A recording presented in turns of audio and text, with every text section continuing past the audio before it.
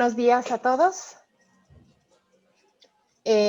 Como diría el poeta zacatecano Ramón López Velarde, un cielo cruel y una tierra colorada.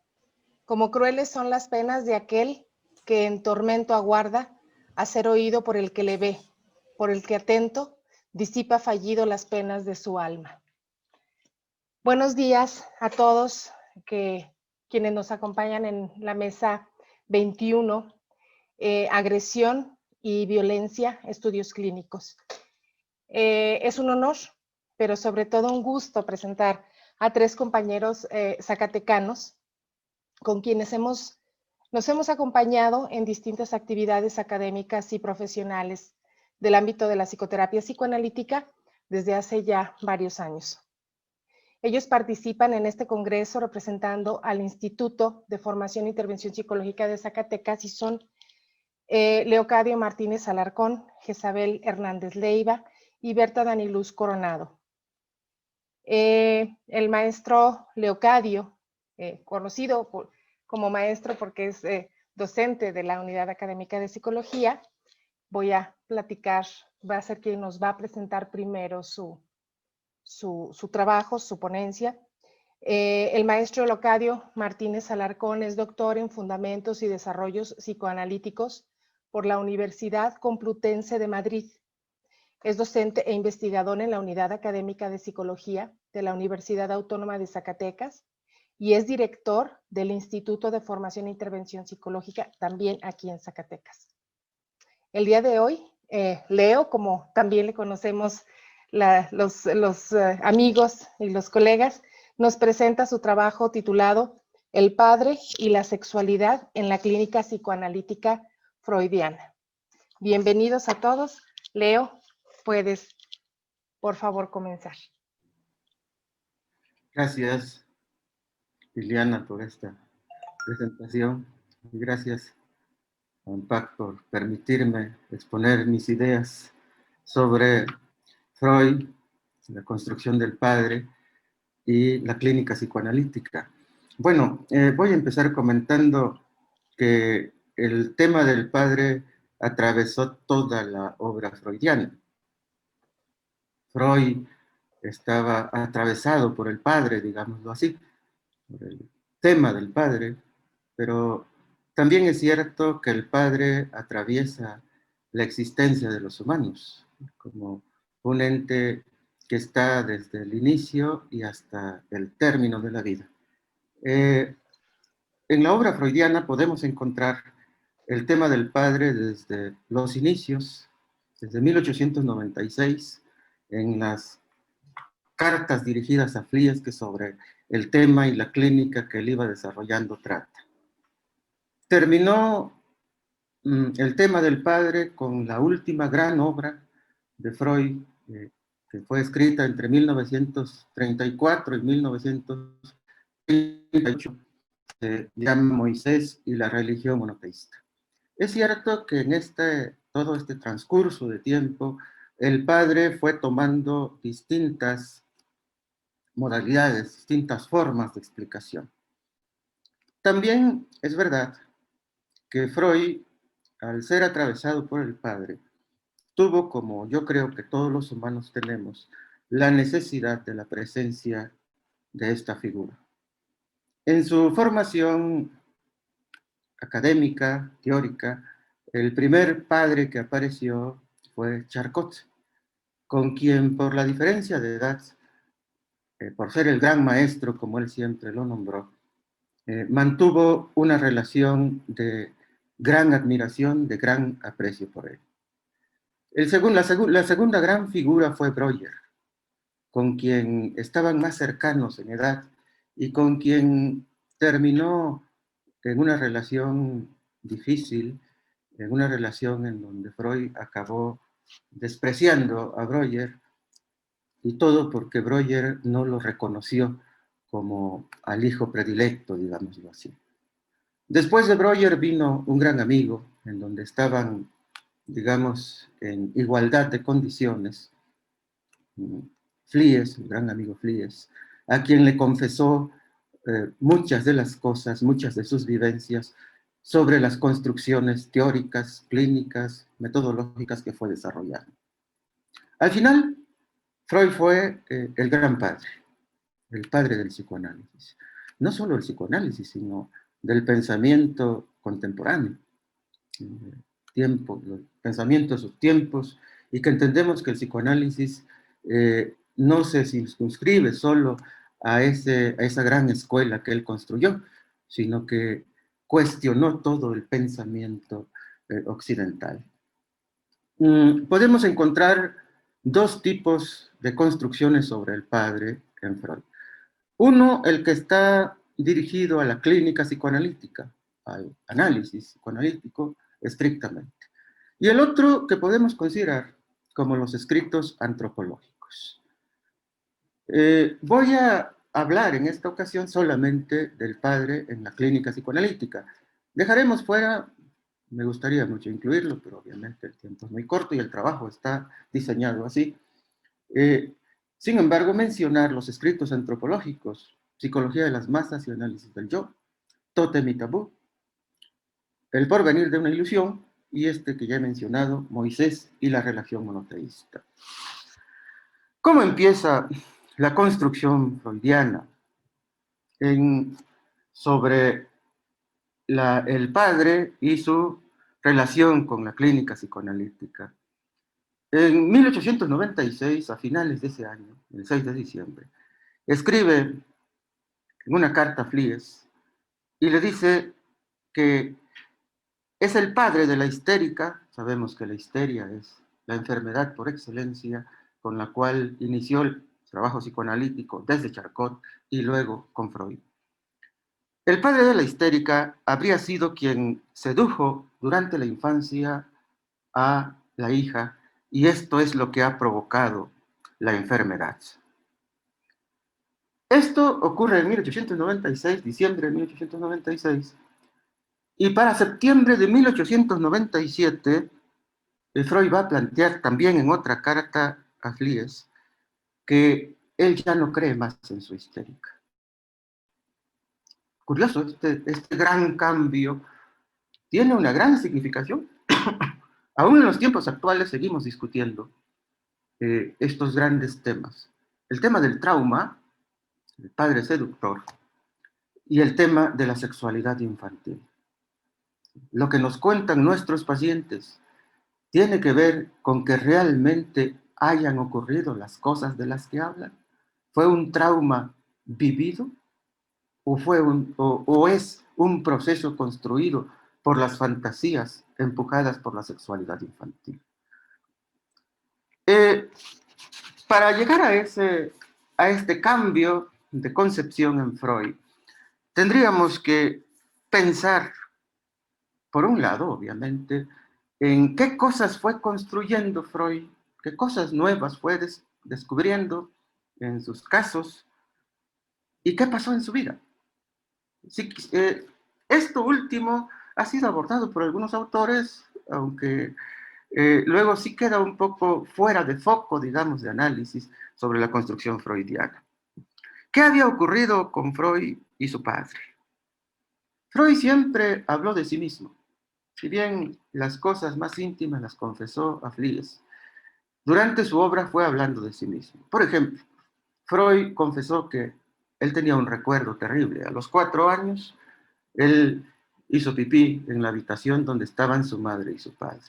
Entró su padre y dijo: este niño jamás será nada, jamás llegará a nada. Freud atribuye su gran inquietud intelectual a querer satisfacer, a desmentir este dicho del padre, a querer satisfacer al padre. Como decirle: papá, soy algo, padre, soy algo. Y yo creo, y así lo dicen algunos autores, que Freud se fue con este esquema.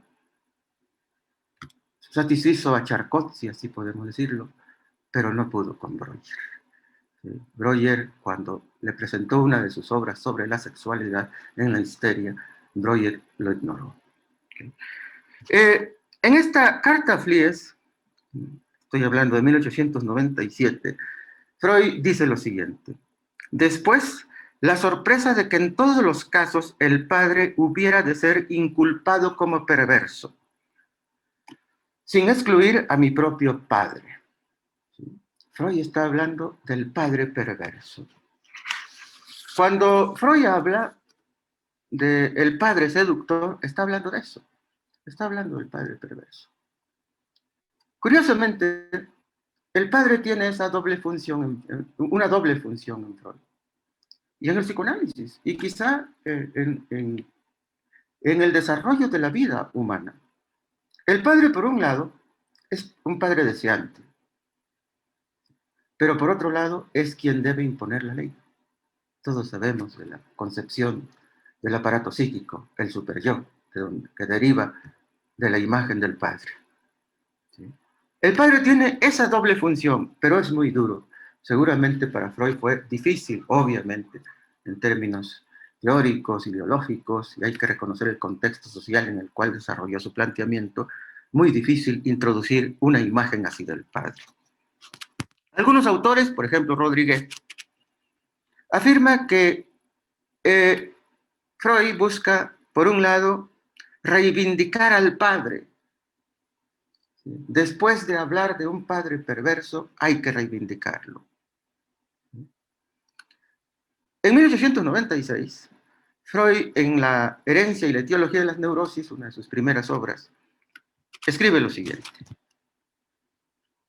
Dice, el acontecimiento del cual el sujeto ha guardado el recuerdo inconsciente es una experiencia precoz de relaciones sexuales con irritación efectiva de las partes genitales, resultante de un abuso sexual practicado por otra persona. ¿Quién era esa persona? Freud va a ir haciendo una construcción como queriendo ocultar, proteger al padre, ¿sí? Va a hablar, por ejemplo, de que entre esas personas que generan los traumas están gobernantas, decía él, niñeras, y otro personal de servicio. Así lo dice al principio. Quiero decir, excluye a la familia. No está la familia en ese primer planteamiento.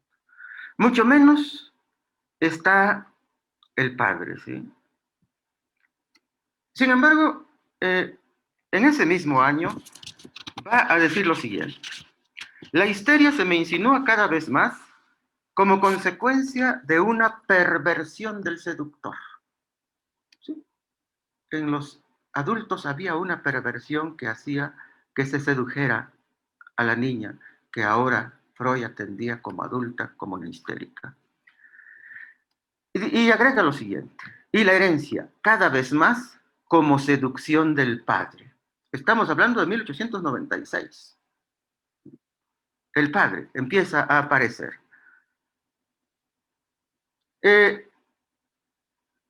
Sin embargo, otra vez va a ocultar un poquitito esta idea de que es el padre.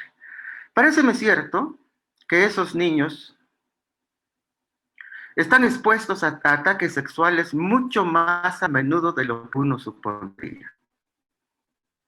Un segundo grupo lo forman aquellos casos mucho más numerosos en que una persona adulta cuidadora del niño, otra vez repite, una niñera, una gobernanta, un maestro, y por desdicha, dice, un pariente próximo va acercando al padre.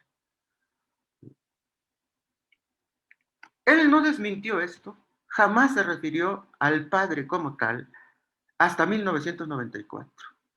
Estamos hablando que pasaron 18 años para que pudiera referirse al padre. Y lo hizo en una gran obra, Estudios sobre la histeria, ¿sí? Que ya había escrito desde de 1893 a 1895, en una nota a pie de página, como para que no se notara. Dice lo siguiente. Después de tantos años, me atrevo a infringir la discreción entonces observada. Indicar que Catarina era una de sus pacientes, no era la sobrina, sino la hija de la hospedera. Vale decir que la muchacha había enfermado a raíz de unas tentaciones sexuales que partían de su propio padre. Es hasta 1924 cuando se atreve a afirmar esto. Y así queda el tema del padre. del padre seductor, del padre que busca satisfacerse sexualmente con la hija, del padre desbordado, de ese padre del que va a hablar en algunas de sus obras de tipo antropológico. Después de esto, después de este primer planteamiento, de esta primera aparición del padre, que aparece como un padre sexualmente desbordado, como decía, va a aparecer otro tipo de padre. Deja esa teoría de la seducción paterna para construir la sexualidad infantil. ¿Qué había pasado en ese transcurso? Había muerto el padre de Freud. Algunos autores, Le Gouffet, por ejemplo, entre otros, dicen, Freud no toleró la muerte del padre. No es lo mismo tener un padre vivo para poder reclamarle de los posibles traumas a tener un padre muerto, con el cual lo que se genera es la culpa. En el Edipo, ya sabemos, uno de los sentimientos estructurantes es la culpa por la tentación sexual. Le Gouffet afirma que el tema del padre del psicoanálisis inició con una doble entrada. O sea, un transcurso de tiempo muy pequeño, 1896-1897. Por un lado, Freud observa al padre deseante. Esa es una entrada. Y la otra, por el otro lado, el padre aparece como un padre muerto al que ya no se le puede reclamar. Eso es lo que hace Freud. Al morir su padre, Freud, obviamente no hay que despreciar que Freud había avanzado mucho en la teoría, en la técnica, etc. Pero tampoco hay que dejar de analizar estas partes que atañen estrictamente a la historia de Freud. Entonces, en 1897, ya construida la teoría de la sexualidad infantil, Freud deja en entredicho la inocencia del niño. Y Freud va a plantear ya para ese año que él no cree más en su neurótica. Le escribe lo siguiente a Flies. El gran secreto que poco a poco se me fue trasluciendo en las últimas semanas es que ya no creo más en mi neurótica. Y a partir de ahí va a empezar a plantear que las construcciones de la histérica son fantasías. Esto marca una gran diferencia en el planteamiento freudiano y en el psicoanálisis posterior, ¿sí? Así va a llegar, por ejemplo, a planteamientos como 3 ensayos de teoría sexual, escritos en 1905, en donde, según el planteamiento de algunos otros autores, entre los cuales podemos encontrar a Laplanche, por ejemplo, en donde dice, esa perversión que estaba puesta en el padre, ahora aparece constituida en la madre. La madre es la que seduce al niño por primera vez, al cuidarlo, al amamantarlo, etcétera, etcétera.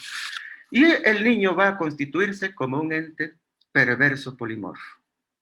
La perversión del padre ahora va a diluirse un poco y va a estar en la madre y en el niño. ¿Okay? Este es el planteamiento que clínicamente podemos encontrar en Freud y que posteriormente va a seguir una gran discusión. Creo que, y así lo afirman los distintos autores que he revisado, creo que Freud mantuvo hasta el final de su vida esta especie de ambivalencia del padre. El padre es un seductor, sí, pero también es el obligado a imponer la ley. Muchas gracias. Gracias, Liliana. Gracias a ti, Leo. Muy interesante, sin duda. Ahorita tendremos oportunidad de comentar, de preguntar. Vayan preparando sus preguntas a quienes nos están acompañando en esta mesa. Muy, muy interesante, sin duda.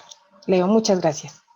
Continuamos con Jezabel Hernández Leiva, quien es psicóloga y maestra en psicoterapia psicoanalítica por la Universidad Autónoma de Zacatecas y doctora en Fundamentos y Desarrollos Psicoanalíticos por la Universidad Complutense de Madrid. También es docente e investigadora en la Unidad Académica de Psicología de la Universidad Autónoma de Zacatecas.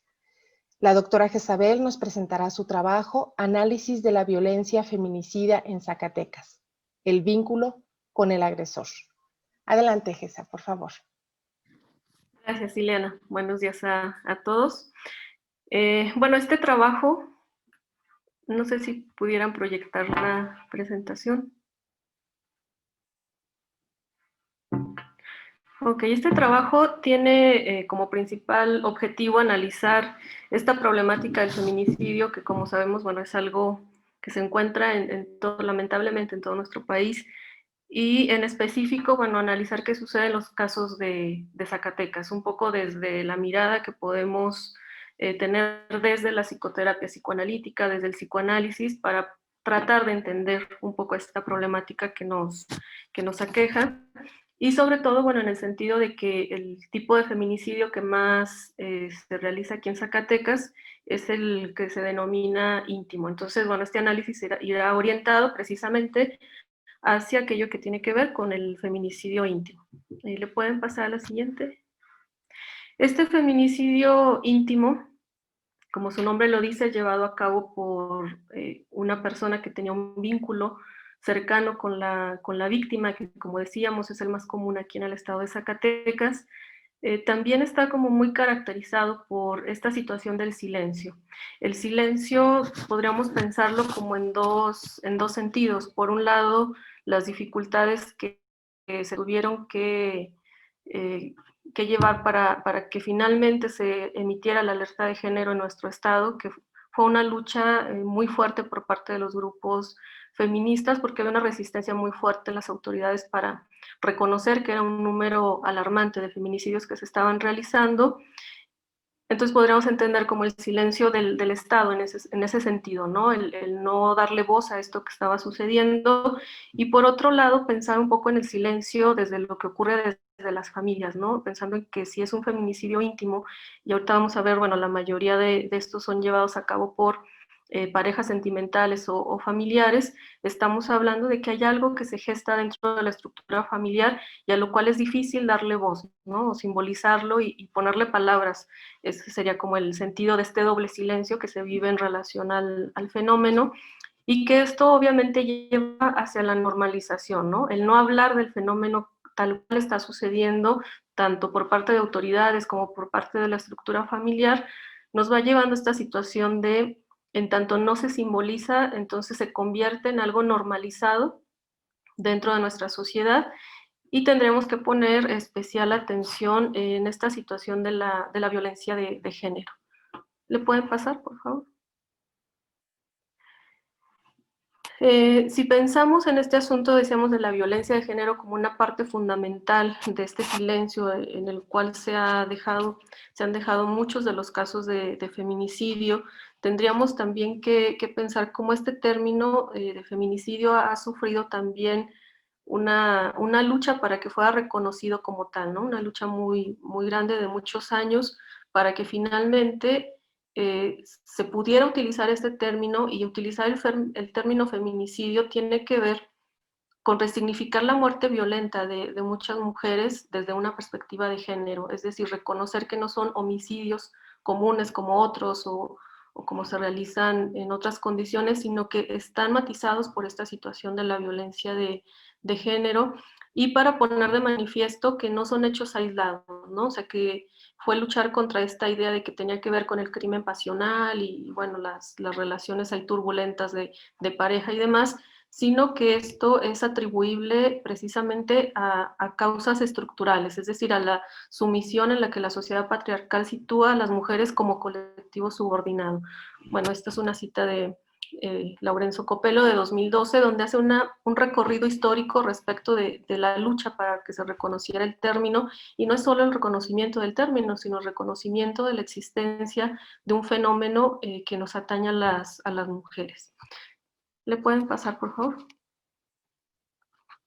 En Zacatecas específicamente, bueno, vemos como aparentemente hay un aumento muy radical en el número de feminicidios que ocurren en nuestro estado. Digo aparentemente porque vemos, por ejemplo, en 2013 se reconocen 2 feminicidios, 2014 3, 2015 3, y en 2016 empieza a permanecer una cifra, digamos, más real, ¿no? No podemos decir que es totalmente real, porque hay una lucha muy fuerte respecto de aquellas carpetas que se pueden integrar como feminicidios y demás, pero de ahí comienza de 2017-14, y luego el 2018 un alarmante aumento de 24 feminicidios, ¿no?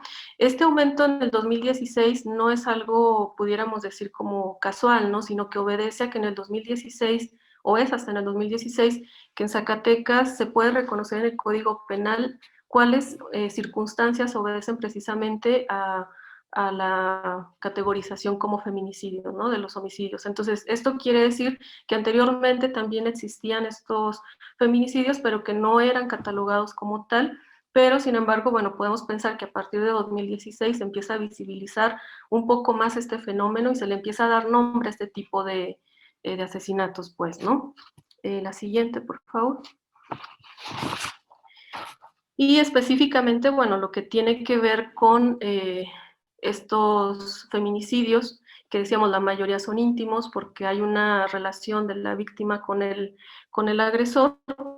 Ahí vamos a encontrar que la mayor parte de estos feminicidios, específicamente, bueno, hasta la información que se tenía en este momento, hasta 2018, en información que se encuentra en el diagnóstico estadístico de la violencia feminicida en el estado de Zacatecas, que es un documento de 2018, ahí vamos a encontrar que de un total de 58 feminicidios, ya que, bueno, 2 todavía en ese momento se encontraban en proceso de ser clasificados, estaban todavía como tentativa de feminicidio, vamos a encontrar que de estos 58, 25 mantenían un vínculo personal y o familiar con las víctimas.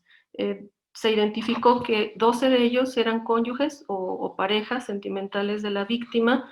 Con relación de noviazgo se reconocieron a 3 agresores, 2 de ellos figuraban como expareja y en situación de concubinato existen otros 2. Y por último, bueno, existen 3 agresores con el vínculo de padrastro, nieto y hermano, y un caso que era, digamos, la relación era que era un vecino, pues, ¿no? Pero bueno, la mayoría tenían que ver, o han tenido que ver con que han sido parejas sentimentales, ¿no? Ya sea que sean en concubinato, en noviazgo o matrimonio, pero existe ese vínculo muy, muy cercano.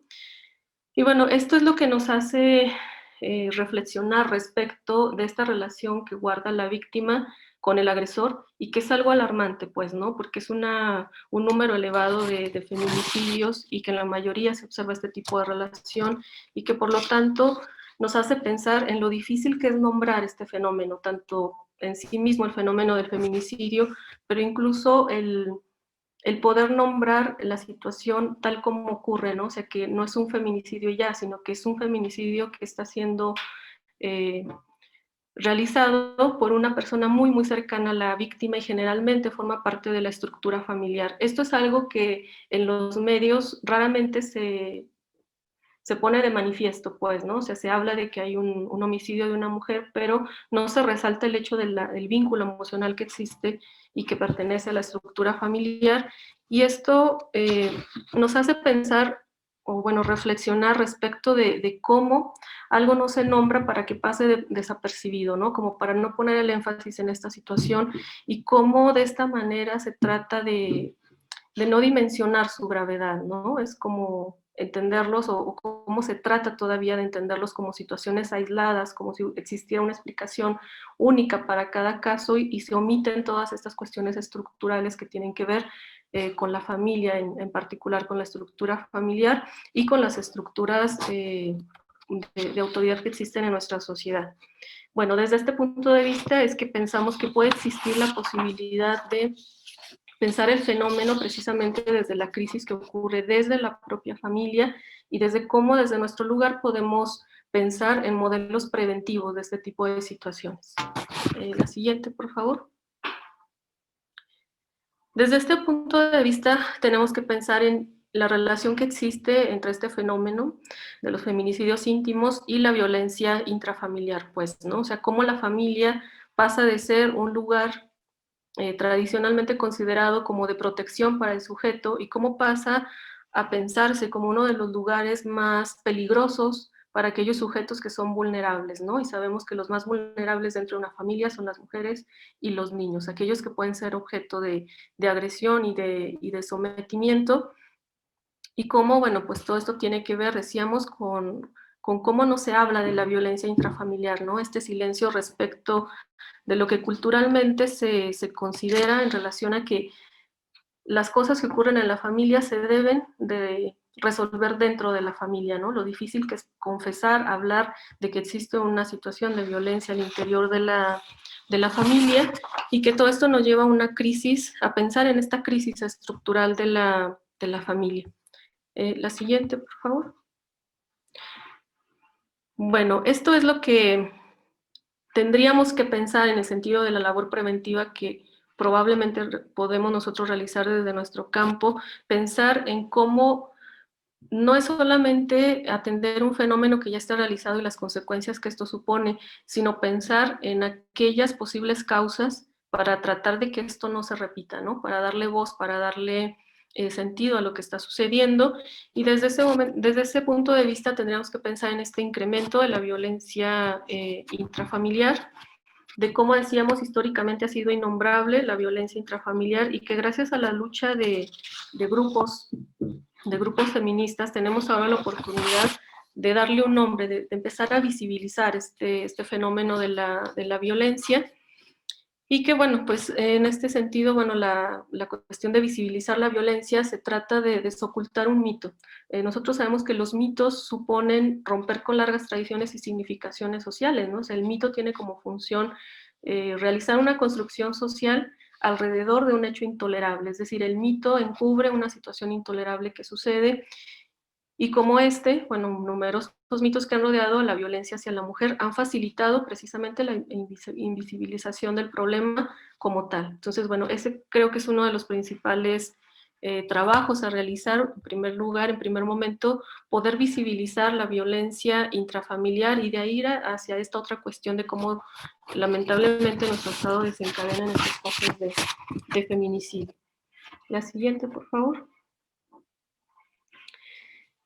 ¿Cómo trabajar desde lo preventivo? Creo que eso es lo que tenemos que plantearnos. Definitivamente se han hecho esfuerzos muy, muy importantes, que han marcado pues, el avance desde nuestra disciplina. Una que tiene que ver con la educación y la reeducación desde la perspectiva de género y todo lo que esto implica, ¿no? Porque sabemos que hay una gran resistencia precisamente a incluir esta perspectiva de género, y a poder modificar algo que tiene que ver no únicamente con lo que piensa un sujeto o con lo que simboliza un sujeto desde lo individual, sino con toda esta cuestión cultural que está tan arraigada, pues, ¿no? Y que es difícil luchar contra todo esto que estructuralmente existe ahí dentro de nuestra sociedad, pero que a través de la educación y reeducación se pretende precisamente que haya un avance, pues, en ese sentido. Otro punto importante y que atañe mucho a lo que hacemos nosotros desde la psicoterapia psicoanalítica tiene que ver con el tema de la elección de pareja. Es decir, todos sabemos que hay factores conscientes e inconscientes en la elección de pareja, y sabemos cómo influyen las figuras parentales, ¿no? Respecto de esta elección de pareja, respecto de cómo detectar, ¿no? Aquellos posibles focos rojos.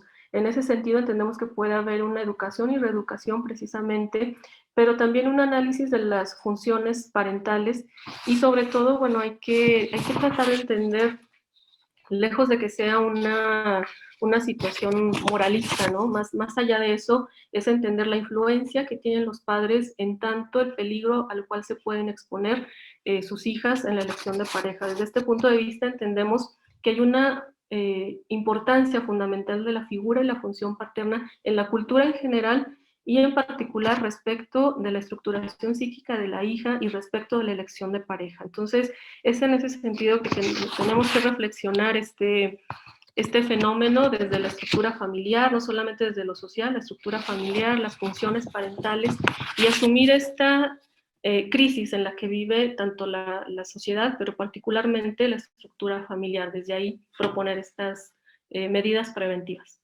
Gracias, Ileana.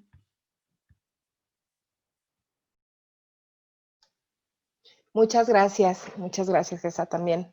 Un tema sin duda interesante y difícil de abordar por todas las implicaciones que, sociales, pero también las íntimas, ¿verdad? Las personales que tiene. Muchas gracias, Isabel. Tenemos a continuación, cerramos esta mesa, no la discusión, pero sí las presentaciones con la maestra Berta Daniluz Coronado. Permítanme apagar mi relojito, que no lo apagué. Ok. Berta Daniluz,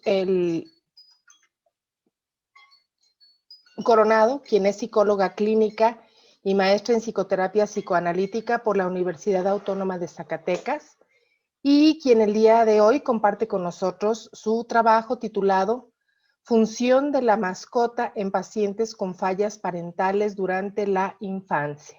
¿Sí? Daniluz, adelante, por favor.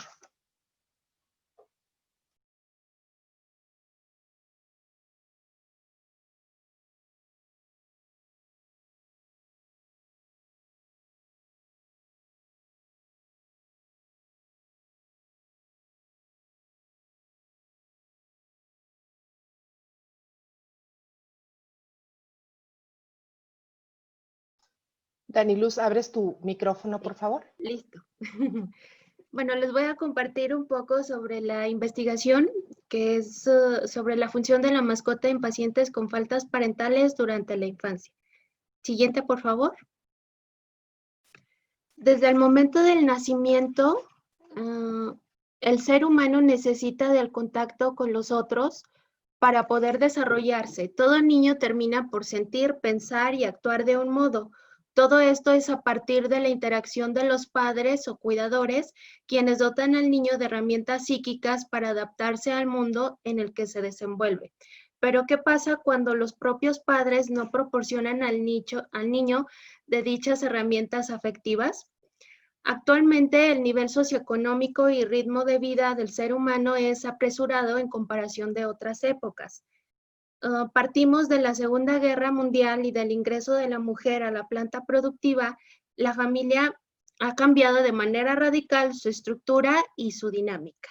Siguiente, por favor. En este sentido, los padres ausentes físicamente o emocionalmente han dejado de ejercer una función imprescindible en el desarrollo de sus hijos. De manera inconsciente o inconsciente, han desplazado sus funciones a otros debido a las largas jornadas laborales o por la dificultad de vincularse con sus propios hijos. Lo anterior ha originado un aumento de maltrato infantil tanto en su modalidad pasiva de descuido y negligencia como en sus modos activos de violencia intrafamiliar. Las necesidades afectivas repercuten en los niños y esto se ve reflejado en su conducta. Siguiente, por favor. Como consecuencia, frecuentemente observamos en la práctica clínica trastornos emocionales que tienen que ver con la falta básica, como lo llama Balin, que corresponden a aquellos que tienen que ver con la teoría de las patologías por carencia. En algunos casos podemos observar que estos pacientes logran proyectar una función singular a sus mascotas, derivado de las faltas parentales que han sufrido durante la infancia. Cada vez es más común encontrar familias que adquieren un animal doméstico para su compañía, volviéndose miembros importantes en ella, y bueno, esto hace que se haga una relación más estrecha con el animal. Siguiente, por favor. Históricamente, los animales han sido partícipes en programas terapéuticos con el objetivo de ayudar a las personas.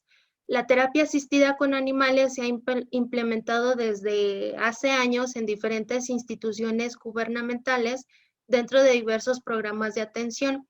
Tiene sus inicios de la época de Hipócrates, en donde se utilizaban caballos para dar paseos a personas que padecían enfermedades incurables. Para 1937, Freud realizaba algunas consultas acompañado de su perro Chau Chau. Y en 1953, Levinson planteó las bases de la terapia asistida con animales. pero fue a partir de los años 60 que se realizaron estudios sobre la influencia de los animales de compañía en la salud mental. Para los años 70, Samuel y Elizabeth Corson evaluaron la viabilidad del uso de animales en el ámbito hospitalario. Siguiente, por favor. Bueno, los objetivos de esta investigación fue analizar la función que podría tener su propia mascota durante el desarrollo psíquico de 3 pacientes para sobrellevar las faltas de las funciones parentales, en especial las maternas, y el impacto que tiene la relación afectiva. Objetivos particulares: el primero fue analizar la influencia emocional y el significado simbólico que tiene un perro como mascota en 3 pacientes que han experimentado faltas parentales durante su infancia. El segundo fue analizar las peculiaridades del vínculo que establece cada una de las pacientes con su mascota. Siguiente, por favor. El tipo de investigación, en cuanto a las metodologías, fue una investigación cualitativa. Tipo de estudio fue descriptivo y transversal. El diseño fue a través de 3 viñetas clínicas, una por cada paciente, de sexo femenino, de 10, 25 y 57 años de edad, respectivamente, quienes asistían a terapia psicoanalítica presentando un conflicto infantil por faltas parentales, en las cuales su mascota adquiere una función importante a nivel emocional. Siguiente, por favor. La recolección de la información fue a través de la entrevista clínica, la observación en el setting analítico, la terapia de juego en el caso de la menor y análisis de la relación de transferencia. Validación de los datos fue a través de la historia clínica, la observación en el setting analítico, la información obtenida del análisis de la transferencia, que fue contrastado con el marco teórico elegido para la investigación. Siguiente, por favor. Bueno, les voy a comentar un poco, a grandes rasgos, sobre las pacientes. Primero es Sofía, tiene 25 años. Bueno, ella es la más pequeña de 3 hermanos. Fueron abandonados junto con su madre por su padre, quien era alcohólico, y bueno, quien los violentaba de una manera física, emocional, y a la madre de manera sexual. Durante la infancia vivieron carencias económicas. Por este motivo la madre regresa, bueno, se va a Estados Unidos a trabajar, deja a los 3 hijos a cargo de la abuela materna de Sofía. Sin embargo, esta abuela tiene un amante, y este amante es quien abusa sexualmente de Sofía. Entonces, podemos regresar a la diapositiva anterior. Gracias. Entonces, a la edad de entre 7 y 8 años, Sofía rescata a su perrita, una hembra, que al igual que ella se encontraba en situación de abandono. Entonces, por este motivo, Filomena, su mascota, es un objeto en el cual deposita la proyección de su propia devaluación, asegurando una compañía de la cual no saldrá lastimada ni defraudada. En su vida adulta, Sofía le costaba muchísimo mantener unas relaciones de pareja sanas. La paciente fue una niña que experimentó maltrato, violencia y abuso infantil en ausencia de sus padres, situación que generaría una sensación de soledad incrementada por la desconfianza hacia sus objetos. La presencia constante de su mascota después de ser adoptada es percibida como fuente de afecto que le da la posibilidad de sentirse segura de manera emocional. Siguiente, por favor. Sol es una señora de 57 años. Ella fue la segunda hija de 12 hermanos.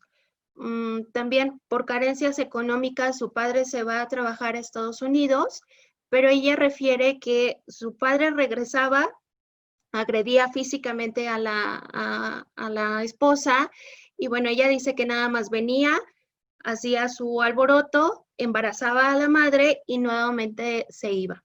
Entonces, Sol no estudió por hacerse cargo de sus hermanos, se casó a la edad de 30 años, tuvo 2 hijos, Estos dos hijos, bueno, también estudiaron, se casaron y durante este proceso, esta Sol rescata a su mascota al observar que no encontraba ningún refugio en una tormenta de lluvia.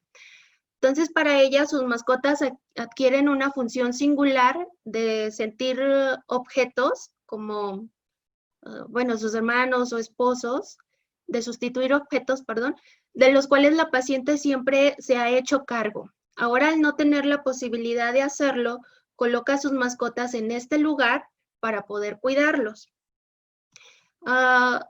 Es muy significativo porque ella salía todas las mañanas, le limpiaba el patio a sus perros, recogía sus heces y le hacía sus propios alimentos.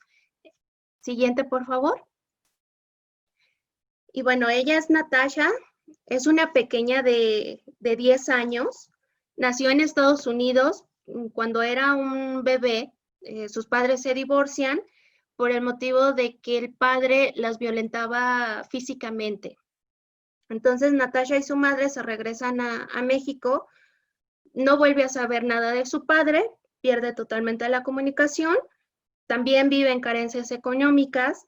Su madre tiene un trabajo de 10 de la mañana a 8 de la noche y esto hace que Natasha pase toda la tarde sola, no tiene hermanos y bueno, ni tampoco tíos o primos cerca de, bueno, que vivan cerca de ellas.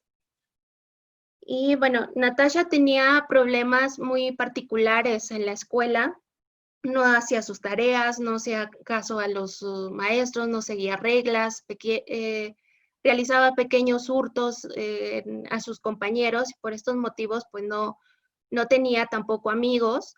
Y ante la conducta, la madre, en un intento de reprenderla, bueno, la castigaba, inclusive llegaba a golpearla. Su mascota fue un obsequio por parte de una de sus tías. Y bueno, para Natasha, Rocky, su mascota, es un objeto sustituto de sus padres. Cuida de ella y le proporciona seguridad a tal grado de abandonar su casa en compañía de este. En una ocasión, Natasha, alrededor de entre 7 y 8 de la noche, deja una carta a su madre despidiéndose de ella y bueno, lo que lleva consigo es un cambio de ropa, la comida de su mascota y la cobija de su perro. Y se va hacia con la abuela, que está en un municipio de aquí del estado de Zacatecas, pero está a 1 hora de distancia. Entonces, vemos cómo rápidamente se produce una interiorización del vínculo con su mascota, convirtiéndolo en un objeto con quien compartir el tiempo ante la ausencia de los padres y la no existencia de hermanos o familiares de convivencia cercana. Siguiente, por favor. Podemos afirmar que el vínculo y las representaciones simbólicas que cada paciente tiene con respecto a su mascota se encuentra relacionado con una amplia gama de recuerdos y conflictos inconscientes que fueron evocados gracias al análisis de las experiencias con sus mascotas introducidos en el discurso durante las sesiones terapéuticas, permitiendo evocar directamente emociones o escenarios dolorosos para las pacientes, convirtiéndose en líneas de profundas comunicaciones. Para Sofía le ayudó a verbalizar el abuso y el abandono que experimentó durante su infancia. A Sol le permitió ver su necesidad de asegurarse de un objeto del cual hacerse cargo para sentirse segura, y para Natasha le permitió satisfacer hasta cierto punto la necesidad de sentirse importante para alguien, aunque este sea un animal. Siguiente, por favor. Es evidente en las 3 pacientes la necesidad de buscar objetos que puedan proveer o complementar las funciones parentales necesarias para el desarrollo de su psiquismo. Finalmente, podemos decir que los individuos necesitamos de ciertas respuestas de un ambiente facilitador que ayude a estructurar el verdadero self. Estas respuestas sostenedoras deberían incluir respuestas empáticas, y que es justamente lo que considero que a nuestra sociedad le falta mucho. Siguiente. Y bueno, de mi parte sería todo. Gracias. Muchas gracias, Dani Luz. Es sin duda un tema con el que a todos los que nos gustan los animales, en general, perros, gatos, peces, etcétera, nos vamos a identificar o nos hemos identificado, pero también muchos de nuestros pacientes que se significan y se resignifican a partir del vínculo y de la función que tienen las mascotas en sus vidas y los pacientes en las vidas de sus mascotas. Muy interesante, muchas gracias. Bien, pues empezamos prácticamente con las preguntas. Tenemos ya aquí preguntas que nos han llegado que van dirigidas respectivamente, si quieren ir tomando notas y después comentar acerca de ellas, o si quieren irlas contestando como ustedes gusten. Hay dos preguntas para Leo. Dice, ¿cuál es el lugar del padre en el psicoanálisis actual? Es una de las preguntas. La otra es, ¿cómo se observa en la clínica la decadencia del padre? Esas son las preguntas que están dirigidas para Leo. Me voy a permitir decirle a Jezabel las preguntas que van dirigidas a ella, y luego si gustan empezamos a comentar sobre cada una de ellas. Dice, ¿cuáles son las posibles causas de que el tipo de feminicidio más común en Zacatecas sea el homicidio íntimo? Gesa, otra, ¿qué relación existe entre el silencio y la normalización de la violencia? Y una tercera que dice, ¿cuál es la diferencia entre agresión y violencia desde el Desde el psicoanálisis hablamos de agresión, desde los estudios sociológicos, culturales, de género y demás, hablamos de violencia. ¿Cómo entender las diferencias? Esta es una pregunta anónima. Bueno, de hecho, las anteriores también. Y también un par de preguntas para Dani Luz. La primera de ellas, ¿cómo es que la experiencia con sus mascotas les permitió hablar a las pacientes sobre sus conflictos?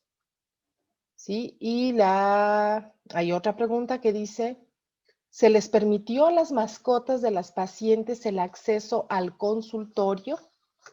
También a mí, no es mi pregunta, pero a mí también se me vino a la mente como algo interesante esa pregunta. Entonces, quien quiera empezar a comentar o a contestar las preguntas que se han formulado, adelante. ¿Quién dice yo? Empezamos, Leo, para ir corriendo el mismo orden de las presentaciones. Estaba pensando en que sí, pues, si quieren le damos ese mismo orden y que en la medida de lo posible podamos intercambiar ideas también entre nosotros, ¿sí? Creo que el tema de la mesa da para pensar, sí, en la violencia dentro de la familia, y también pensar en el asunto de si, por ejemplo, la ausencia, el abandono, es violencia, ¿no? Creo que Dani Luz en sus casos lo aborda muy bien, ¿sí? En el planteamiento de Jezabel está también muy claro el, el esquema de que la familia es uno de los lugares que, contrariamente a lo que la buena moral, digamos así, podría plantear, es el lugar de refugio, a veces se convierte en lo contrario, ¿no? Y bueno, yo he hablado del tema del padre, obviamente el padre tiene esa doble faceta, el padre protector, el padre de la ley, pero por otro lado también el padre deseante, ¿sí? El padre violento, desbordado, ¿no? Ok, yo me permito, si desean, abordar la primera pregunta, Y si les parece, vamos engarzando ahí las ideas que puedan ir surgiendo. Quiero decir que no esté cerrado a cada participante, si no tienen inconveniente, ¿no? ¿Ok? Bueno, ¿cuál es el lugar del padre en el psicoanálisis actual? Si bien yo no me he dedicado mucho a hacer este seguimiento, puesto que este tema que he abordado hoy sobre el padre en la obra freudiana, particularmente en la clínica psicoanalítica, es producto de mi tesis doctoral, también es cierto que podemos observar que la figura del padre es decadente. ¿Sí? Queremos decir, el padre siempre ha estado en decadencia. Esto ya se planteaba desde los tiempos de Freud. Desde antes de Freud, podemos encontrar en la construcción artística, particularmente, si queremos, en la literatura. Sí, me recuerdo ahora de Dostoyevsky, ¿sí? Dostoyevsky, que sus obras eran parricidas. ¿Sí? Por ejemplo, Crimen y Castigo, el padre está ausente. El padre va cada vez decayendo. Pero quizá ese es el destino de la figura del padre. El destino tanto del padre individual, el padre en la familia, como del padre en la cultura. Me explico brevemente en lo primero. Quiero decir, para que el padre exista, el padre en algún momento tiene que morir. ¿Sí? Decía un gran psicoanalista, Marco Antonio Dupont, psicoanalista mexicano, decía, el precio del padre es su cabeza. ¿Qué quiere decir? Para que los hijos crezcan, el padre tiene que ir decayendo. Es normal. Para que el hijo se haga cargo de su propia vida, es necesario que el padre sea hecho a un lado. ¿Sí? En el psicoanálisis actual, creo que el padre no ha tenido el lugar de análisis que tuvo con Freud.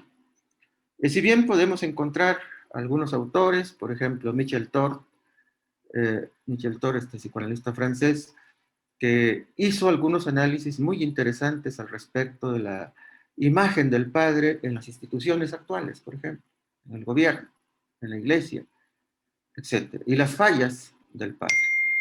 Otra autora que ha abordado exitosamente el tema del padre es Rodinesco, en La familia en desorden.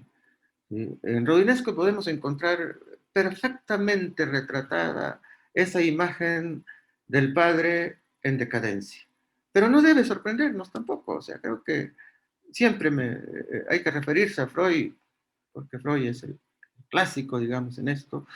El padre tenía ese destino, y por eso la humanidad irá cada vez más decayendo. Sí, creo que no tiene futuro. Freud no era optimista al respecto, y creo que nosotros tampoco. Finalmente, quiero abordar un autor muy, muy, muy actual, Massimo Recalcati, un autor italiano. Él en 2014 publica un texto muy interesante con respecto al tema del padre. Se llama El complejo de Telémaco. En el complejo de Telémaco, Recalcati plantea que, a diferencia del planteamiento de la construcción freudiana, el complejo de Edipo, en donde Edipo mata a Layo, al padre, pues, y se hace de la madre, y al final viene, obviamente, toda la tragedia. A diferencia de eso,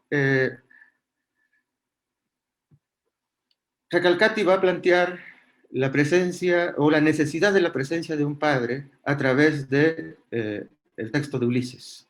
¿Sí? Telémaco extraña a Ulises porque hay alrededor de Penélope una serie de hombres que la buscan. Y él extraña a Ulises, que está de viaje, o sea, a su padre.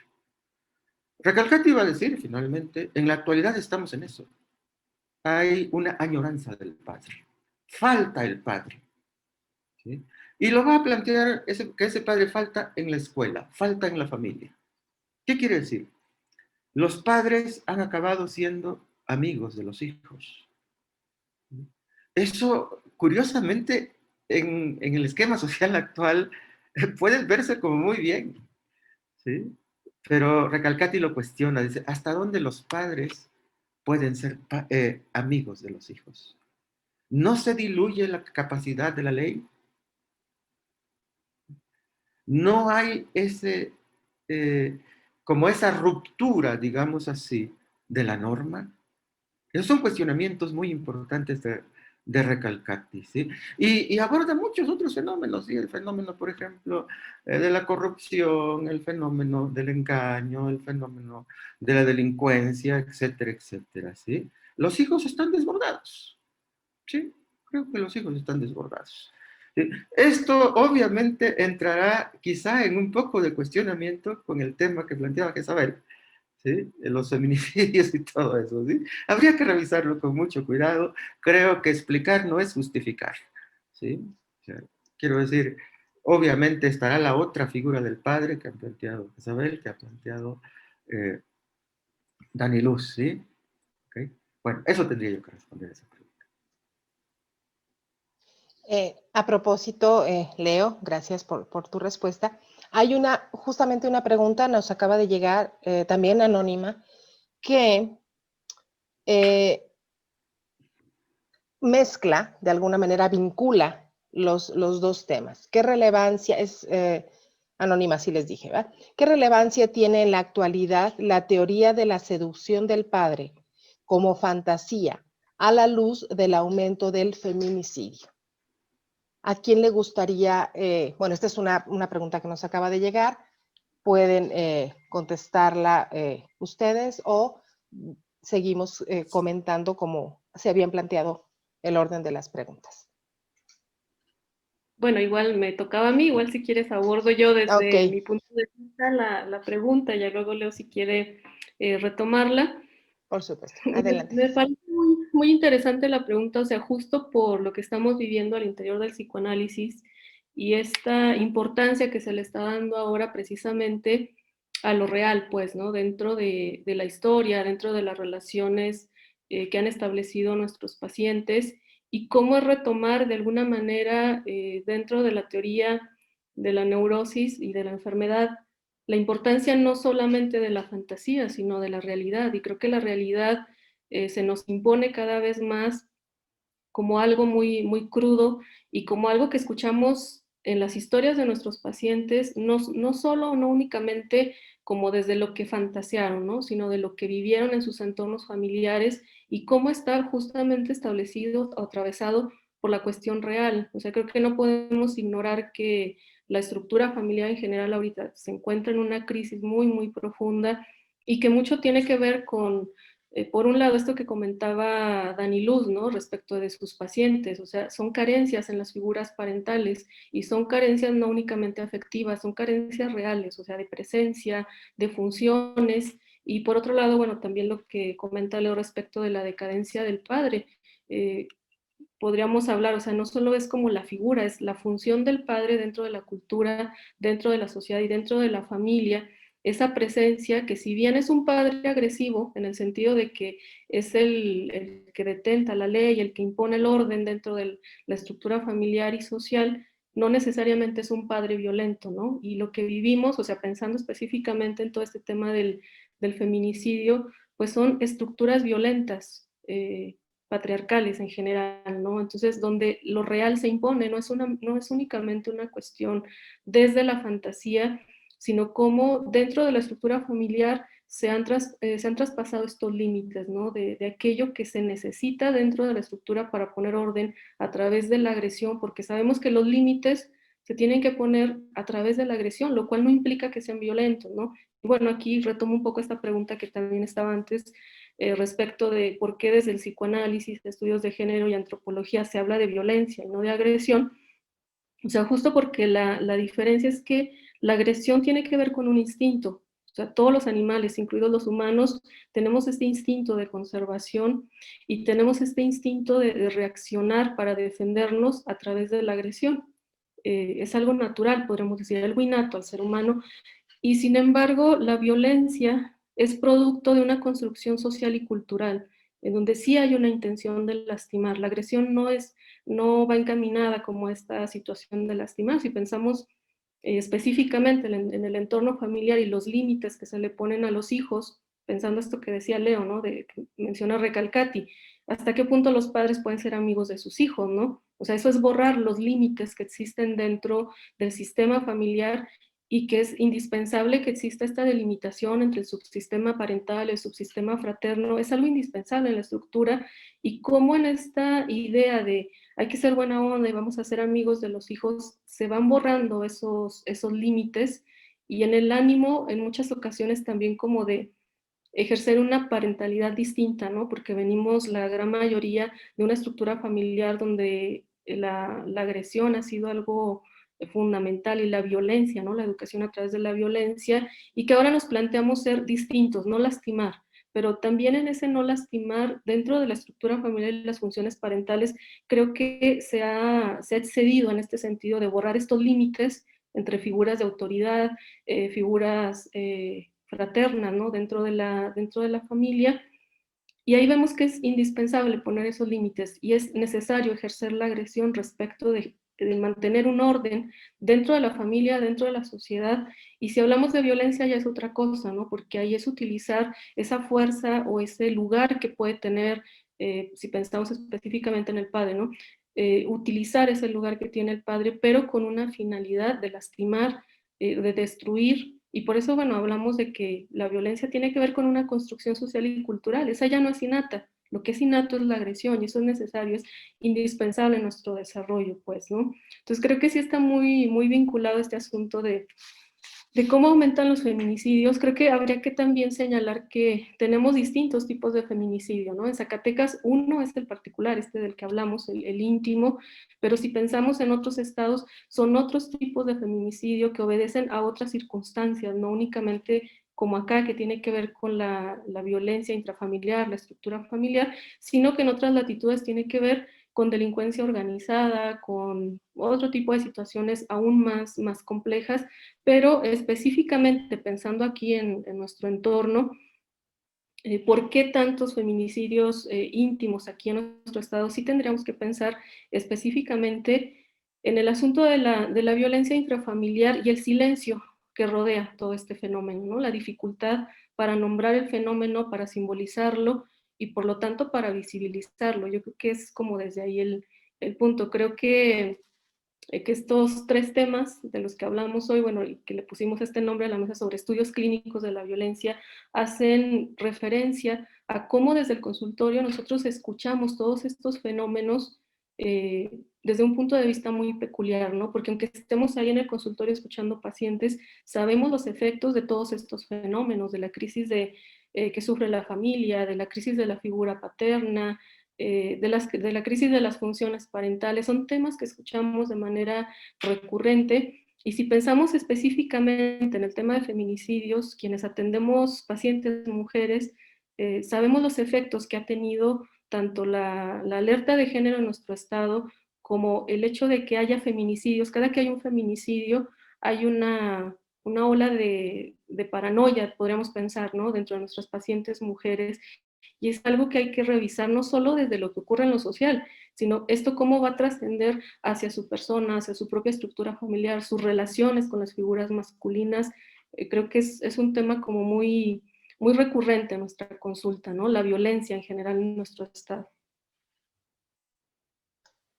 Sí, así es, Gesa, muchas gracias. Hay un comentario de parte de Claudia Macías, dice, muy interesante cómo la violencia y agresión interna, pues, entre paréntesis, super yo, y externa, como la violencia social y familiar, puede ser aminorada o resignificada por una mascota.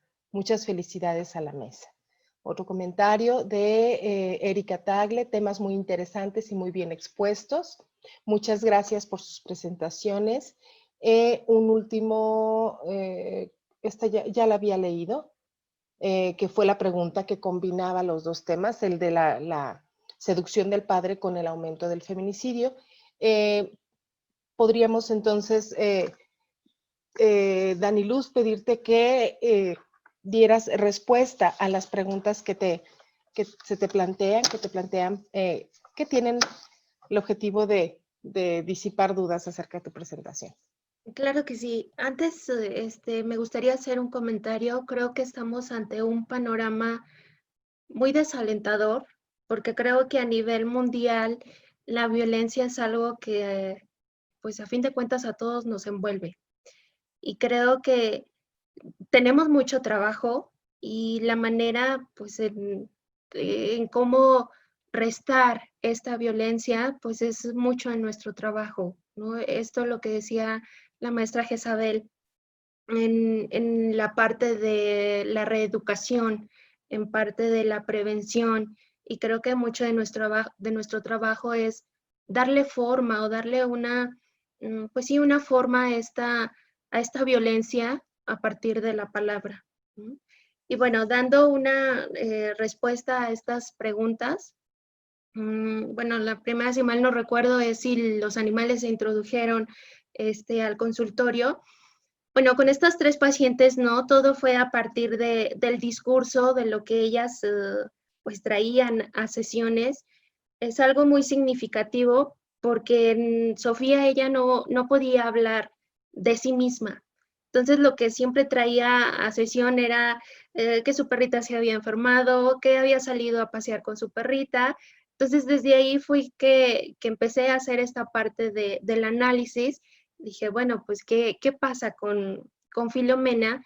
Que la trae mucho a sesión, ¿no? Entonces, en esta investigación no se introdujeron los animales, pero posterior a este análisis que hago, sí les permito a algunos pacientes que traigan a sus mascotas, y bueno, que ya sería tema para otra investigación, ¿no?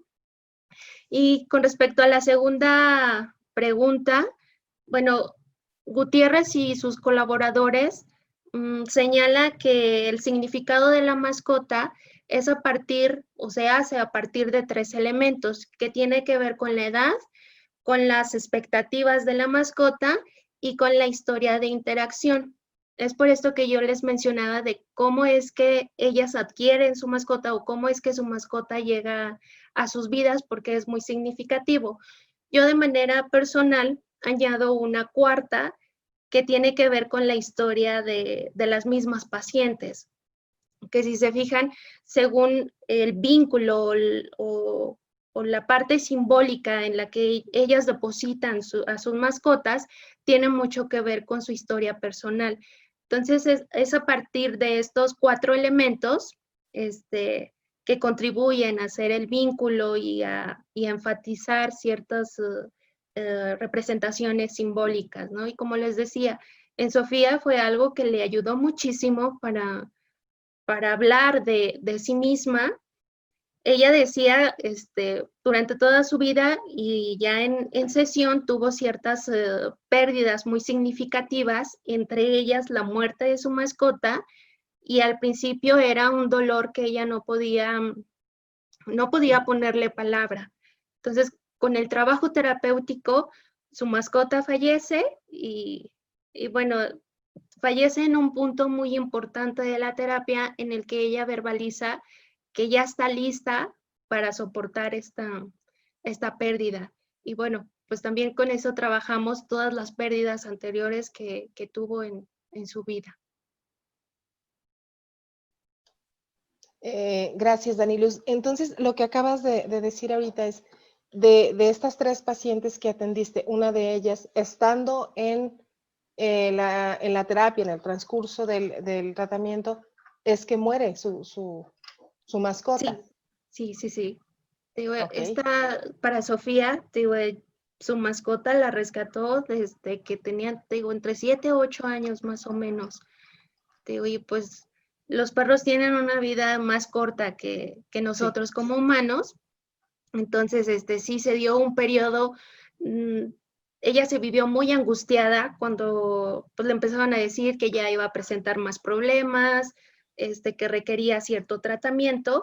Entonces, ella al principio decía que no podía y que iba a ser muy doloroso, pero pues con el trabajo y con el tiempo, pues fue algo que hasta la ausencia de Filomena, pues le ayudó a procesar los duelos, no superados que tenía en su historia. Ok, muy bien, muchas gracias. Hay un comentario de parte de Coral Ortega. Excelente mesa de trabajo, felicidades a los ponentes. A propósito del trabajo, también Dani Luz, también un comentario acerca de tu trabajo, es si se puede equiparar la facilidad o la facilitación para hablar de las pacientes con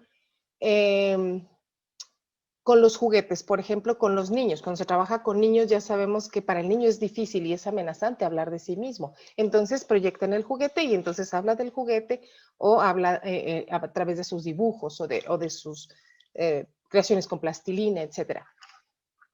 ¿Podríamos entonces decir, o cuál es tu opinión respecto de la mascota también como un objeto al que se le proyectan esta fantasía del paciente, de tus pacientes? ¿Lo verías de esa manera o cómo lo vincularías tú? Sí, o sea, es una proyección y una identificación, ¿no? Y bueno, si añaden, no es lo mismo con los juguetes, porque los juguetes pues son inertes, no tienen vida.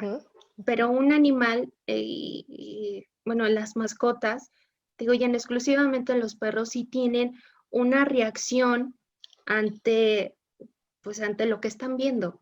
Inclusive con su olfato, que es muchísimo mejor que el de nosotros, digo, que lo han utilizado en los ambientes hospitalarios, detectan situaciones de cáncer o aumento de glucosa. Digo, también lo que hacen es que detectan esa tristeza. Y era lo que decía al final, los perros proveen estas respuestas muy empáticas que curiosamente a veces los humanos pues las dejamos muy de lado. Entonces, para esta Sol, ella llegó a terapia con un cuadro de depresión muy significativo, en el cual ella menciona que se la pasaba mucho tiempo llorando y que el esposo no se acercaba a ella, los hijos tampoco, y que el único que se acercaba era el perrito, y pues nada más ponía su cabeza sobre su regazo o la patita, ¿no? Entonces creo que ahí es donde cambia un poco, porque con el animal, digo, sí hay una respuesta en comparación de los, Claro. pues ¿no? Entonces es una proyección yo diría una proyección y una identificación, digo, a partir desde su historia. Claro. Leo, Gesa, ¿qué más nos pueden platicar? Nos quedan todavía unos minutitos que hay que sacarles jugo. ¿Qué más nos pueden platicar? ¿Qué es relevante para ustedes? Liliana, yo quiero abordar esta pregunta sobre la relación de la seducción del padre con los feminicidios, perdón. Freud plantea primero que nada, el origen del padre en la horda primordial es un padre violento. El padre es el dueño de todas las mujeres. Ese es el esquema. Es el dueño de todo. Es el dueño de posesiones, es el dueño de las mujeres y es el dueño de los hijos. Esto está muy descrito en Tótem y Tabú, en Psicología de las Masas, Análisis del Yo. Ese es el origen del padre. ¿Sí? No debe extrañarnos, ¿sí?, que los humanos somos instintuales, que venimos de los animales. Si algo en el conocimiento universal hay que reconocerle a Freud, es que descubre lo más primitivo de los humanos. ¿Sí? Entonces, ese es el origen. El padre podía cometer incesto con las hijas. Era natural. Esa naturaleza, sin embargo, empezó a generar conflictos porque pues, los hijos van creciendo y quieren un lugar. Freud lo relaciona con lo que pasa con ciertas especies animales, particularmente los leones. ¿Sí? El león joven tiene que irse de la manada. Así era el hijo varón. Tenía que irse del grupo humano, ni siquiera podríamos decir del grupo familiar. ¿Sí? Después, en esa construcción mítica que Freud hace, tomada de la antropología, los hijos acumulan mucho rencor contra el padre y lo matan, y se lo comen. ¿Sí? Esa es la construcción que Freud, se lo comen. ¿Qué viene después de eso? Que descubren que entonces no hay ley. Y al no haber ley y al ser todos iguales, que yo creo que es el problema de la democracia, al ser todos iguales, no hay control de los impulsos. Hay que restaurar al padre, hay que reinstalarlo, hay que darle un lugar. ¿Sí? Y de ahí viene toda la construcción de las religiones que Freud hace también en estas obras antropológicas. Ok, ¿por qué recurro a esta construcción histórica freudiana? Porque sirve mucho para explicar un poco esta pregunta.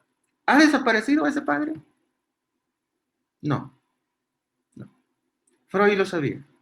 Si Freud lo construyó y Freud estuvo siempre en este esquema de acomodar a un padre dueño de todo, a un padre voraz, incontenible, terrible, tiránico, y el otro padre, el padre que idealizamos en la moral, presente, protector, proveedor, amable. ¿Sí? Esos son los extremos. ¿Sí? ¿Qué pasa en la violencia familiar? En la violencia familiar, el padre es muy imponente, tiránico con la ley, por ejemplo. Me decía una paciente el otro día, dice, es que yo sé que mi padre era tiránico, pero lo disfrazaba muy bien. Para él era la educación. ¿Sí? Eso es. Y describía perfectamente cómo ese padre educaba. ¿Sí? Ok. Esa es una parte que podemos encontrar en los pacientes. Pero en los pacientes también podemos encontrar otras partes tiránicas, abusivas, agresivas de los padres. Un paciente me decía, yo era niño. Este paciente es grandote, tiene unas manotas. ¿Sí? Y describía a su padre y dice, mi padre es mucho más bajito que yo. Él es bajito, yo soy alto. Pero cuando yo era niño, yo veía sus manotas encima de mí. ¿Sí? Me golpeaba. Yo sé que ahora después me di cuenta que no tiene las manotas. Sí, la violencia física. Quiero decir, está la violencia que podemos llamar simbólica, educativa, entre comillas, la violencia física de los golpes. Y está la otra violencia, la violencia sexual. Todos, supongo que nos dedicamos a esto, hemos visto pacientes seducidas y en algún caso violadas por los padres. ¿Sí? Claro, esta imagen del padre violento, seductor, ¿sí? Propietario de todo, incluido el placer. Era el único que tenía el derecho al placer con las mujeres de la horda, ¿sí? Esa pequeña horda que ahora es la familia. ¿Tiene que ver con el feminicidio? Sí, tiene que ver con la violencia. Claro, desde ese origen de padre violento, ¿sí? Encontramos los elementos de la violencia terrible que es la muerte. ¿Por qué un hombre ha de dar muerte a una mujer? ¿Qué razones puede tener? ¿Sí? Más allá de lo que podamos analizar en cada caso, Yo creo que el psicoanálisis debiera tener el compromiso de responder a eso. ¿Sí? Cuando me preguntaban hace rato sobre el lugar del padre en el psicoanálisis actual, yo creo que el psicoanálisis le debe mucho a esos análisis freudianos y creo que debiera continuarlos. Retomo, ¿por qué un hombre ha de dar muerte a una mujer? Esa lógica muy básica del feminicidio. Yo creo que en el hombre, en el padre, hay algo que no hay en la madre, ¿sí? La madre, decía Freud, tiene su origen en lo biológico. La madre es nutricia, sí. El bebé crece en el vientre de la madre. Le da su pecho, etc. El padre no. El padre es un constructo. El padre es simbólico y es imaginario. Pero la realidad del padre siempre estará en cuestionamiento. No solo los psicoanalistas han visto esto, ¿sí? El padre es una construcción social. Y Freud lo entendía así, ¿sí? El padre tiene que hacerse presente por la ley, gracias a la ley. No tiene otra opción, ¿sí? Y yo creo que esa necesidad violenta de apropiación de la mujer, ¿sí?, a veces lleva a esta destrucción, ¿sí? En otros términos, yo creo que el hombre ejerce esa violencia no solo porque es físicamente más poderoso, digo, estructuralmente en general, como especie, sino porque a veces el hombre necesita una reivindicación, no necesita, más bien ejerce una reivindicación violenta, apropiarse físicamente de algo que no le ha sido propio nunca, porque solo accede a los hijos, el hombre solo accede a los hijos a través de lo simbólico y si se quiere a través de la piel. La madre no, la madre le ha dado su leche al niño. ¿Sí? Supongo que tiene mucho que ver con eso y obviamente la humanidad trata siempre de reivindicarse, de reivindicar la parte generosa y qué bueno que sea así, ¿sí? Y creo que los hombres, los padres, debemos, bueno, buscaríamos como ideal hacernos un poco cada vez madres, acercándonos a los hijos, ¿sí? Eso haría menos violenta la relación. Eso que decía Isabel, la educación, ¿sí? Pero ¿por qué un padre abandona? Yo escuché en los dos casos de, dos casos fueron los que puse más atención quizá de Dani Luz. Los dos padres abandonaron. ¿Por qué un padre sí puede abandonar y una madre se queda allí con los hijos? ¿Sí? Creo que el psicoanálisis da explicación y merece que dé explicación a eso, ¿sí? Quiero terminar con esto. Cuando llegamos, en mi experiencia, que así lo plantean algunos autores, cuando llegamos al tema del padre con nuestros pacientes, hemos llegado a una parte muy dura. Normalmente nuestros pacientes, al menos es mi experiencia, se quejan mucho más de la madre que del padre. Se oculta al padre atrás de la madre. Y cuando se llega al padre, híjole, es un tema duro, difícil de trabajar, ¿no? Bueno, nada más. Bien, muchas gracias, Leo. Muchas gracias a todos. Un último comentario de parte de Erika Félix. Dice, felicidades por la articulación de los temas por parte de los 3 integrantes. Muy interesante.